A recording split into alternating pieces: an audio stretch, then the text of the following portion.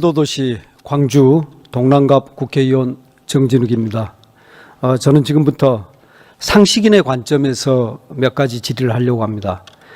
윤석열 정권 3년은 대한민국의 국가경제와 산업의 붕괴, 민주주의 파괴, 그리고 헌법 파괴의 시간이었습니다. 지난 3년을 잘 정리하고 글자 그대로 결산하지 않고는 대한민국의 내일은 없다고 생각합니다. 누가 봐도 명백한 윤석열 정권의 만행에도 불구하고 윤석열과 계엄을 옹호하고 윤 어게인을 외치는 세력이 존재하기 때문입니다. 오늘 예결위 결산에서 윤석열 정권의 결산을 다 할 수는 없지만 지난 3년 동안 윤석열 정권이 얼마나 무도하고 무능하고 무책임한 국가 운영을 했는지, 예산 운영을 했는지 그 일각은 들여다볼 수 있을 것 같습니다. 지난 3년 동안 대한민국의 국정 최고 책임자는 형식상 윤석열 대통령이었으나 실제 대통령은 김건희 씨였다는 것이 속속들이 드러나고 있습니다. 대통령실과 관료들 사이에서 윤석열은 V1, 김건희는 V2가 아니라 V1보다 높은 V0로 불렸습니다. 이건 가십거리가 아니라 국가의 최고 의사결정, 인사, 예산 운영과 관련된 심각한 사태입니다. 대통령실의 실세들은 대통령에 대한 보고서를 만들 때 김건희용을 한 부더 인쇄하고 부처에 김건희의 인사 지시 등을 전달했습니다. 그러면 윤 대통령은 그때 대체 뭐하고 있었는가? 술을 먹고 있었습니다. 얼마나 먹었는가? 대통령 관저에 1톤 화물 탑차로 소주 맥주를 가득 담아서 매주 배달을 했다고 합니다. 이렇게 퍼마시고 제 시간에 출근했을 리가 없습니다. 한 언론이 지난해 11월 6일부터 12월 6일까지 순방 기간을 제외한 18일 동안 오전 9시 출근 시간을 체크했습니다. 그랬더니 출근 시간 9시를 지킨 날짜가 딱 이틀이었습니다. 그리고 최소 3차례는 가짜 출근 차량을 보낸 것으로 밝혀졌습니다. 지지율이 바닥을 치고 있었고 12월 3일 계엄을 준비하던 시기에 이렇게 행동한 것입니다. 다른 시기는 볼 것도 없습니다. 그런데 윤 어게인을 해서 무엇을 어떻게 하자는 것인지 묻지 않을 수 없습니다. 그러면 윤석열은 술을 먹고 있을 때 김건희는 무엇을 했는가? 국정에 개입하고 있었습니다. 그런데 불법 국정 개입자의 사고는 또 누가 장악하고 있었는가? 2023년 7월에서 9월 통화 내역이 밝혀졌습니다. 김건희 씨가 관상가이자 풍수지리사인 백모 씨와 13차례 총 4시간 26분 동안 통화했다는 보도가 있습니다. 이 시점은 해외 순방 직전이거나 그 기간입니다. 국가 의사결정이 역술과 풍수에 의해서 좌지우지 되었던 것입니다. 그 같은 3년 동안 나라가 이만큼이라도 버틴 것이 기적 아니겠습니까? 김건희 씨의 정부 인사와 예산에 대한 개입은 고난 없는 자의 범법행위입니다. 하루 종일 밝혀도 부족한 사례들 가운데 간략히 몇 가지만 말씀드리고 또 여쭤보겠습니다. KTV가 부산의 엑스포 유치기원 국악 공연을 녹화하면서 김건희 씨가 행정관들을 데리고 황제 관람을 했다는 것은 이제 잘 알려져 있습니다. 이런 일이 만약 민주당 정권에서 있었다면 어땠을까요? 그런데 김건희 쪽에서는 그런 일이 없었다고 거짓말로 일관했고 당시에 잘 또 넘어갔습니다. 문제는 그 다음입니다. 나중에 KTV 사장은 국힘당에서 총선 때 수도권 전략공천을 받았고 KTV 방송기획관은 대통령실 홍보기획 비서관이 됐습니다. 김건희 씨를 도운 대통령실 행정관은 국립박물관 문화재단 이사장이 됐습니다. 당시 행사비는 쪼개기 발주를 했습니다. 쪼개기 발주는 김건희 씨 소록도 방문에 맞춰 KTV가 급조한 음악회에서도 그대로 나왔습니다.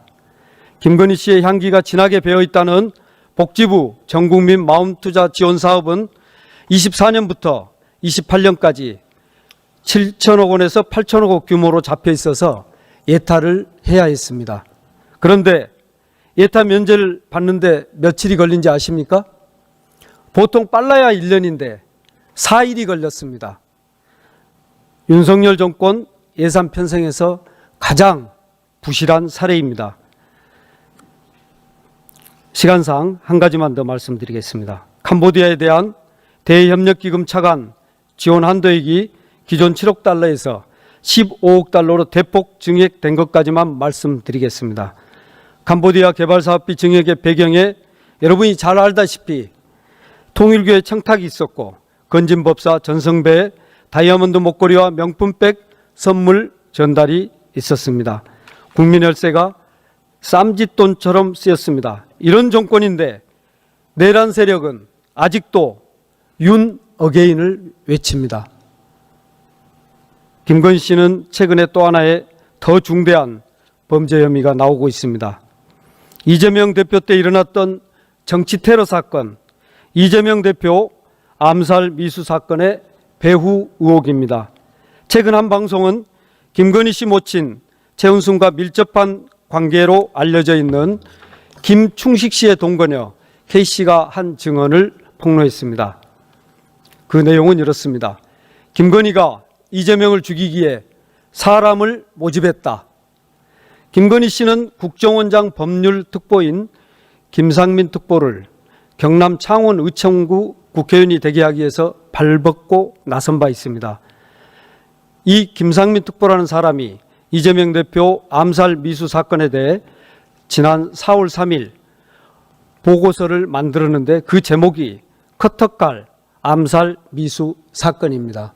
저기 야당 대표 커터칼 살인 미수 사건 테러 해당 여부, 바로 저 자료입니다. 박선원 의원님 자료를 참고했습니다. 커터칼을 볼까요? 예, 여러분도 너무나 잘 알다시피 18cm 밑에 잘 가른 양날 칼입니다. 원래 저 개조전 테러 흉기였는데 저걸 양날을 갈아서 전혀 다른 칼로 만들었습니다. 저 칼이 커터칼 아닌 거 아이들도 다 알겠습니다. 김상민 특보는 보고서에서 테러가 아니다. 테러라 해도 법적인 수단 결과가 달라질 것이 없어서 테러를 적용할 실익이 없다. 이렇게 했습니다. 이 문건을 근거로 국정원은 국무총리실 대테러센터에 테러 미지정으로 보고하고 대테러 합동조사팀 가동이 불필요하다는 취지를 구두로 전달한 바 있습니다. 자, 4월 3일이면 어떤 날입니까? 윤석열 탄핵 하루 전입니다. 왜 이렇게 서둘러서 테러가 아니라고 결론을 내렸을까요? 윤석열이 탄핵되고 정권이 바뀌어서 수사가 시작될 것에 대비해 테러가 아닌 사건으로 규정해 두려는 속셈 아니었겠습니까? 김상민이 이토록 무리해서 무리한 보고서로 보호하려고 했던 사람이 누구겠습니까? 김건희는 또 왜 그렇게 김상민을 챙겼겠습니까? 국정원은 김상민 특보는 전 원장의 자문력에 불과해서 국정원 공식 법적 판단이나 입장을 대변할 권한이 없다고 밝혔습니다. 그런데 어떻게 그런 인사가 작성한 문건을 근거로 테러 미지정으로 보고됐는지 그 과정의 적법성, 책임, 지시선, 승인선 전반을 규명할 필요가 있습니다. 제가 길게 말씀드린 것은 아직도 대한민국에 윤석열, 김건희 공동 정권을 어게인하자는 세력이 있기 때문입니다. 상식인의 눈으로 말씀드렸지만 그 상식을 거부하는 세력이 여전히 있습니다. 김민석 총리님, 국정이 이런 식으로 운영됐다는 것이 정말 회개하고 참으로 황당합니다. 김건희 특검의 필요성이 더 뚜렷해진다고 보는데요. 총리님 어떻게 생각하시는지 간단히 말씀 듣고 싶습니다. 네, 그렇습니다. 말씀 주신 정치 테러 사건 관련해서는 그 부분이 충실하게 밝혀져야 된다라는 부분에 대해서는 전적으로 공감하고 있습니다. 예.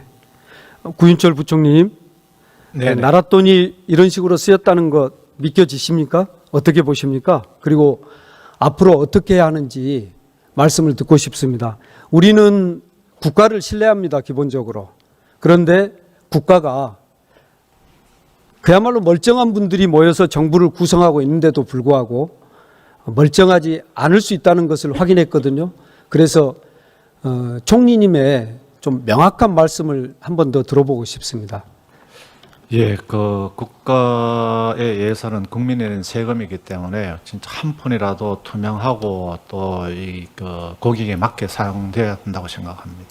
예, 상식인의 말씀인데 그 상식이 지난 3년 동안 지켜지지 않았다는 것, 그것을 우리 국민 여러분과 다시 한번 공유합니다. 민주당은 대통령 임기와 공공기관장 임기를 일치시키는 공공기관 운영법 개정안을 이번 정기국회 때 통과시키려고 하고 있습니다. 이 사안은 지난 21대 국회에서 당시 박홍근 원내대표와 주호영 원내대표 간의 합의가 있었습니다. 그럴 정도로 특정 정부의 주장이 아니라 국민적 공감대가 형성된 사안입니다. 또 그만큼 중요한 사안입니다. 당시에 구체적 적용 대상을 놓고 이견이 있어서 실행은 안 됐었는데요. 대통령 임기와 공공기관장 임기를 일치시키는 것이 필요하다는 것은 당을 넘어서 공감대가 형성돼 있는 것입니다. 이제는 제도적 보완을 통해서 다시 추진해야 할 시점인데요. 이 임기 일치는 공공기관 운영 효율화를 위해서도 저는 꼭 필요하다고 봅니다. 여야의 정쟁 사안이 아니고 국가 경영과 국민 복리 증진을 위해서 반드시 추진돼야 합니다. 공공기관의 장과 임원 자리가 정치적 전리품이 되어서는 안 된다고 생각합니다.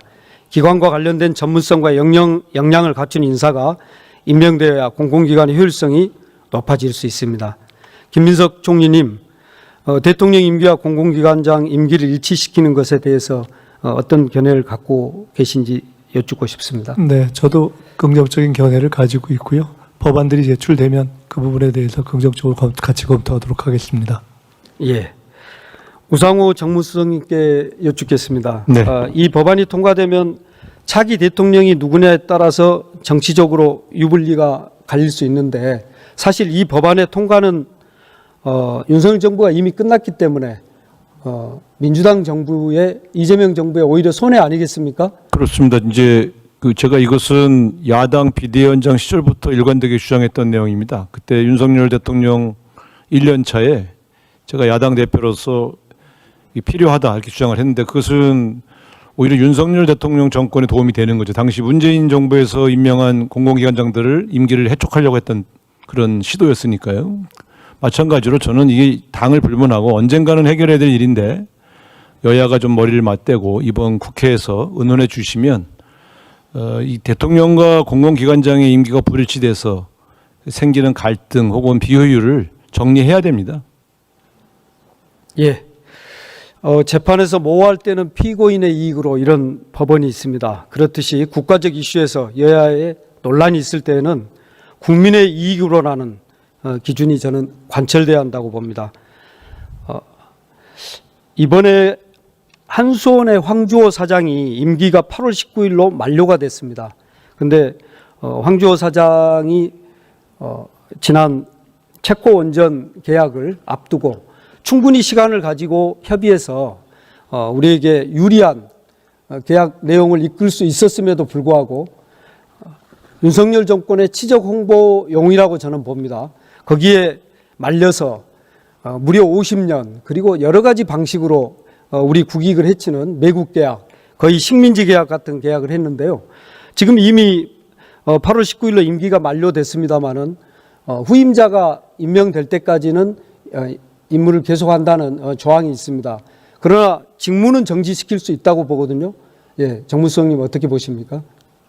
근데 지금 한미 간의 이 정상회담 과정에서 조금 더 같이 이 논의해야 될 내용들이 아직 남아 있고 그래서 지금 이번에 그 거치 문제에 대한 최종 결정은 내리지 않았습니다만 지금 체코에 이어서 그 이어진 여러 가지 상황들에 대한 진실을 파악하는 데 있어서도 아직은 이분이 좀 더 개시되는 게 아닌가 이런 생각을 갖고 있습니다. 예, 한미 정상회담이 끝나고 어느 정도 상황이 정리되면 반드시 거기에 대한 책임을 저는 직무정지라는 형식으로 물어야 된다. 그 말씀 다시 한번 드립니다. 끝으로 한 가지 더 여쭤보겠습니다. 과기부 장관님, 예, 계십니까? 있습니다. 예. 지난 정부 윤석열 정부에서도 국가인공지능위원회가 있었죠. 예, 이때 윤석열 대통령은 위원회가 구성된 첫 회의만 참석하고 한 번도 참석한 바가 없습니다. 그리고 최상목 권한대행이 한 번 참석해서 딱 2번 위원회가 열리고 말았습니다. 뭐 그 결과로 AI의 발전은 오직 민간의 창의에 의해서만 사실 이루어졌다고 볼 수 있는데요. 앞으로 AI 위원회 지금 구성을 새롭게 하고 계시죠? 네, 9월 초에 국가 AI 전략위원회로 개편돼서 시작을 합니다. 예, 구성은 어떻게 됩니까? 지금 대통령님, 위원장님, 그리고 위원장님으로 그리고 부위원장으로 지금 그 정부위원 그리고 민간위원이 부위원장을 맡아서 전체 구성을 하게 됩니다.